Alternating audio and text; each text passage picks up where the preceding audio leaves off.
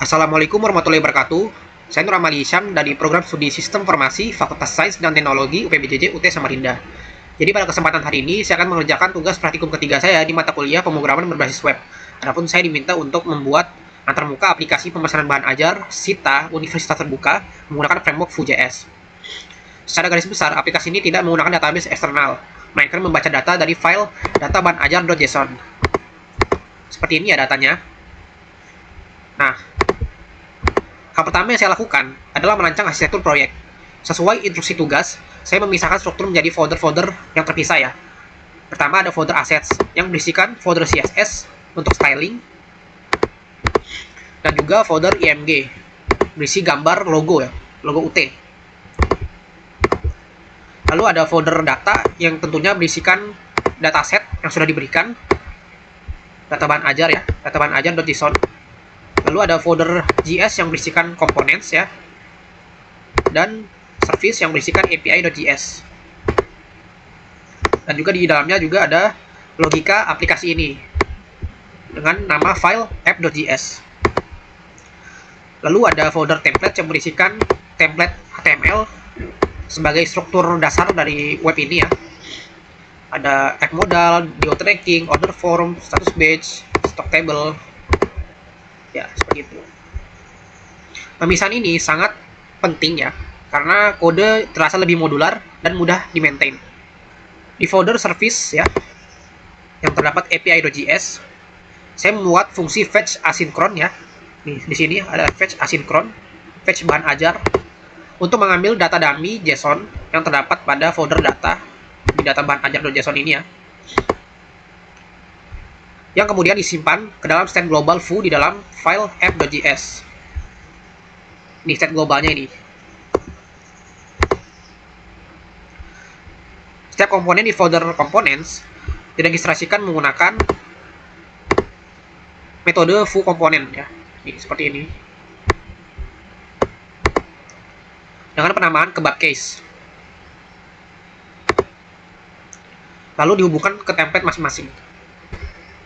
Baik, selanjutnya kita akan mulai dari halaman pertama ya, yakni halaman stok bahan ajar. Di sini saya menggunakan komponen BA strip stock strip table seperti ini ya.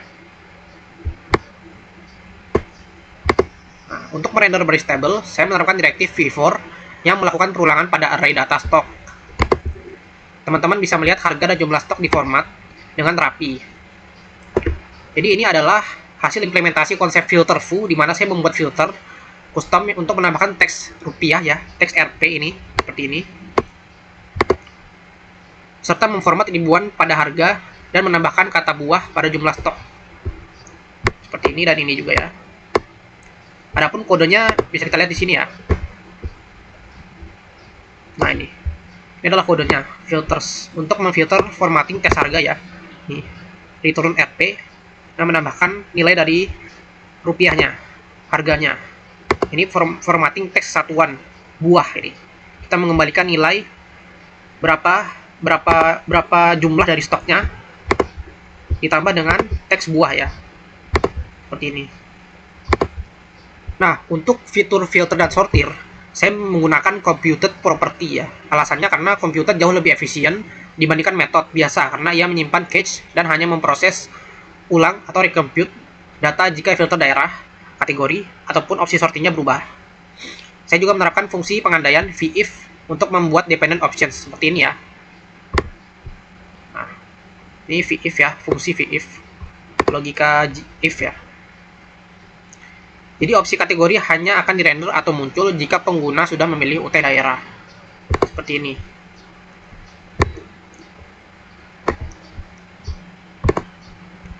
Kita pilih Jakarta, yang muncul hanya daerah Jakarta ya.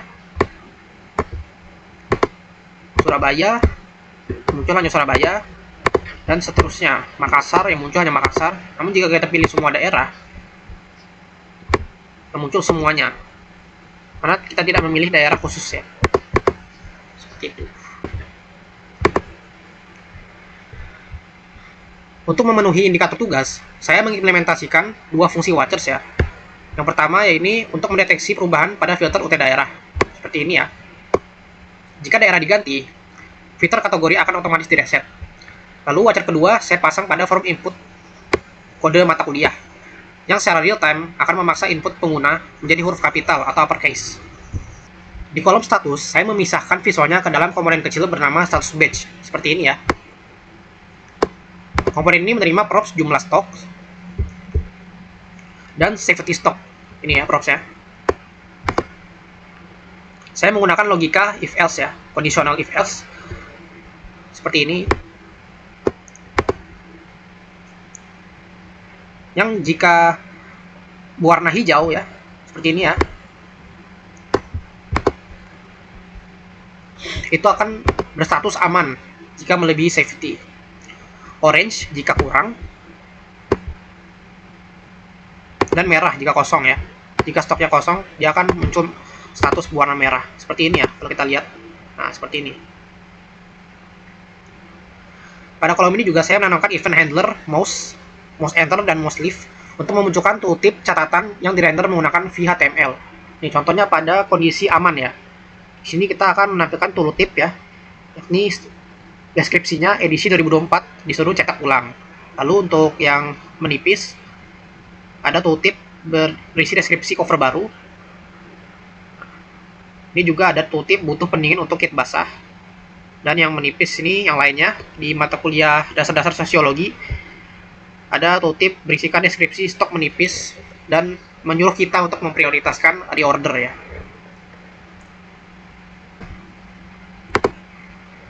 Ya, untuk interaksi antarmuka CRUD, saya menggunakan two-way data binding, yakni vModel pada form ya, seperti ini ya. Ini formnya, form card. Ini saya pakai vModel, contohnya seperti ini. Dan saya memanfaatkan event modifier keyboard, yaitu keyApp.enter ya, seperti ini ya. Sehingga pengguna bisa langsung menyimpan data baru atau mengupdate data hanya dengan menekan enter tanpa harus klik tombol. Dan juga saat pengguna ingin menekan tombol hapus, aplikasi tidak langsung menghapusnya, namun akan memanggil custom komponen app modal, yakni sebuah pop-up yang menggunakan vShow untuk meminta konfirmasi penghapusan demi keamanan data. Nih, logikanya seperti ini. Nih. Konfirmasi hapus, apakah Anda yakin ingin menghapus data bahan ajar dengan kode yang tertera ya. Contohnya seperti ini ya. Kita akan menambahkan data bahan ajar baru.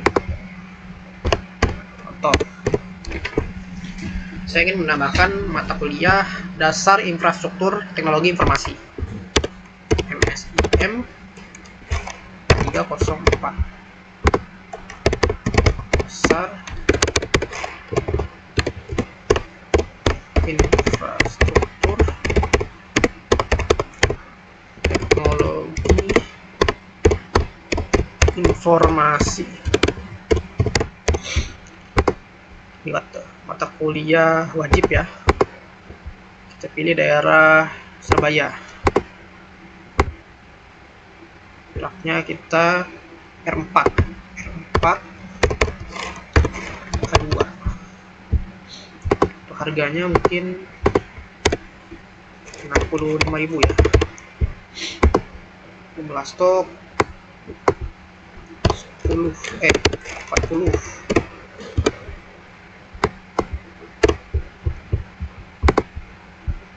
Nah, safety-nya itu 50. Ya 50.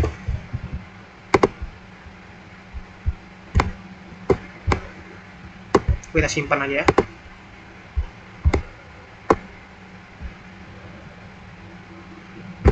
Tadi saya lupa kasih catatan ya, jadi tooltipnya dia nggak ada catatan deskripsinya. Ini safety-nya 50, stoknya 40 buah, harga 65.000, lokasi rak. Nah, ini jika kita hapus, akan ada konfirmasi hapus. Apakah Anda yakin ingin menghapus data bahan ajar dengan kode MSIM 4304?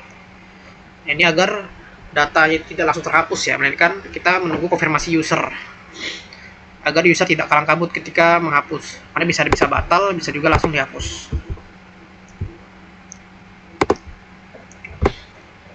Dan juga saat kita menambahkan data bahan ajar baru, simpan data itu nggak perlu diklik, melainkan bisa langsung di-enter juga. Seperti itu.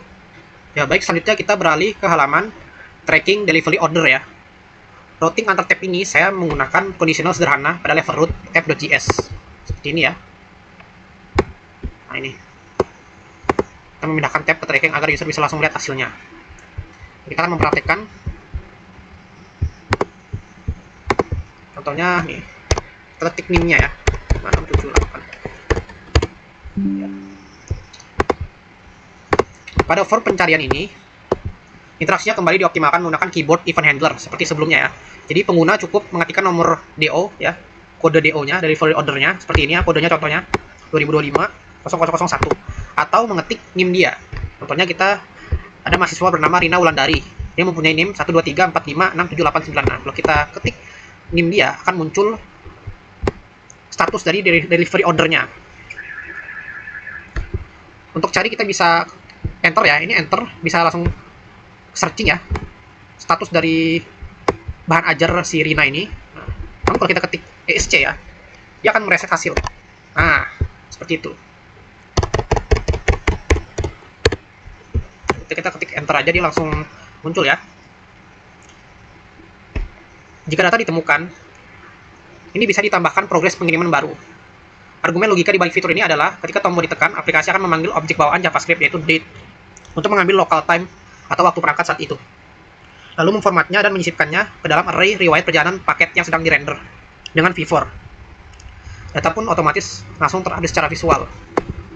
Nah, ini adalah progres pengirimannya. Penerimaannya di loket Tangsel. Saya kita tambahkan progres paket selamat di tempat tujuan. Yang selamat lah ya. Sampai kita enter. Nah, seperti ini. Nah, ini kita mengambil local time. Seperti ini kan di waktu saya ini kan 11:08 ya. Nah, sama seperti ini. 11:08. Dia akan masuk ke dalam array riwayat perjalanan. Untuk logika sini seperti ini ya.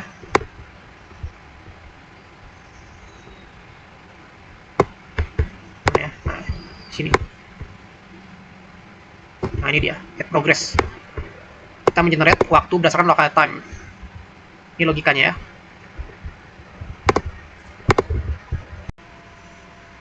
Nah, yang terakhir yakni kita berada di halaman pemesanan ya.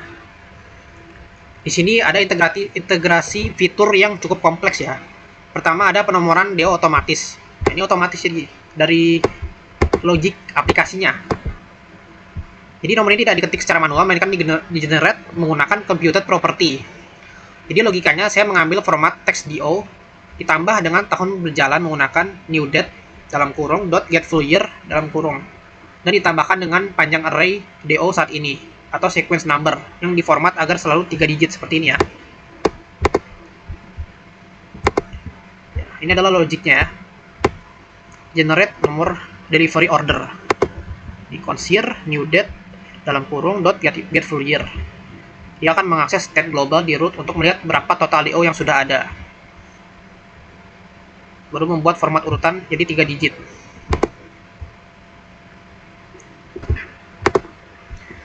Ya, sebagai argumen dari pengembangan aplikasi ini, pada soal PDF, saya menemukan bahwa pemilihan ekspedisi diambil berdasarkan data pada array PBJJ list ya, yang terdapat pada data bahan ajar.json seperti ini. Namun pada PBJJ list ini hanya berisikan data kota. Nah, oleh karena itu, saya merancang program ini agar lebih logis dengan menghubungkan pilihan ekspedisi ke data pengiriman list. Nih, seperti ini. Jadi pada drop down ekspedisi pengiriman, saya menghubungkannya ke data pengiriman list yang berisi layanan reguler dan express agar alur aplikasinya lebih masuk akal. Oke, jadi ketika pengguna memilih paket bahan ajar, rincian isi paket dan harganya akan otomatis muncul di bawah drop down. Ini memanfaatkan kombinasi vModel untuk menangkap kode paket yang dipilih dan vif untuk menandakan komponen detail apabila datanya tidak kosong. Ini ya contohnya ya, vModel. Form data paket kode. Dan vif. Selected paket. Kita praktikkan seperti ini. Nah, ini isi detailnya ya. muncul di bawah drop down. Ini untuk paket IPA dasar. Isi detailnya berisi BIOL 4201 dan FISIP 4001, dan juga berisi status total biayanya, yaitu dengan total Rp140.000. Untuk status IPS seperti ini ya, dia ada mata kuliah EKMA 4116 dan EKMA 4115 dengan total biaya Rp120.000. Ini muncul di bawah drop down paket bahan ajar. Sini saya akan memilih IPA. Ya baik, jadi untuk tanggal kirim ini saya akan membiarkan kosong ya, jadi akan otomatis menggunakan tanggal hari ini. Kita akan submit, dan dia akan munculkan notifikasi sukses ya, delivery order DO 2026003 berhasil ditambahkan. Kita klik OK. Setelah divalidasi, data tanggal diformat menjadi format bahasa Indonesia. Lalu saya akan menggunakan metode sinkronisasi antar komponen, yaitu mengemit data pesanan baru dari sheet komponen order strip form menuju ke parent root app.js. Di sana datanya dimasukkan ke state tracking, memunculkan notifikasi sukses via app modal seperti tadi ya. Dan tab langsung dipindah secara dinamis, otomatis ke halaman tracking delivery order. Di sini saya mengetikkan nomor dari induk mahasiswa saya. Muncul di sini datanya, statusnya, NIM saya, nama saya, dan ekspedisi saya memilih regular, kode paket, tanggal kirim menyesuaikan data tanggal, sekarang tanggal 11 bulan Juni. Statusnya diproses dengan total biaya Rp140.000 sesuai dengan paket yang saya pilih, yaitu paket IPA. Dan juga ada status di riwayat perjalanan. Di sini tertulis pemesanan berhasil dibuat dan sedang menuju proses. Sebagai pelengkap indikator kreativitas antarmuka, saya menerapkan animasi slide fade transition view pada saat berpindah halaman tab. Contohnya seperti ini. Jadi ada transisi slide fade ya. Dia ada smooth animation antar halaman. Dan juga saya memberikan styling UI UX modern dengan desain minimalis.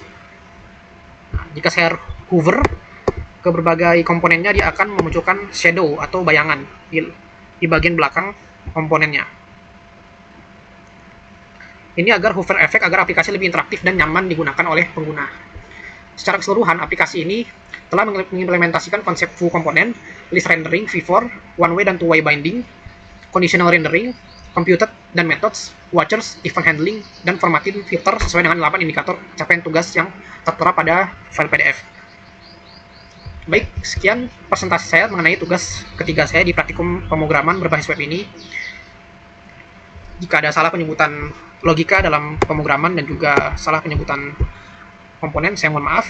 Terima kasih. Wassalamualaikum warahmatullahi wabarakatuh.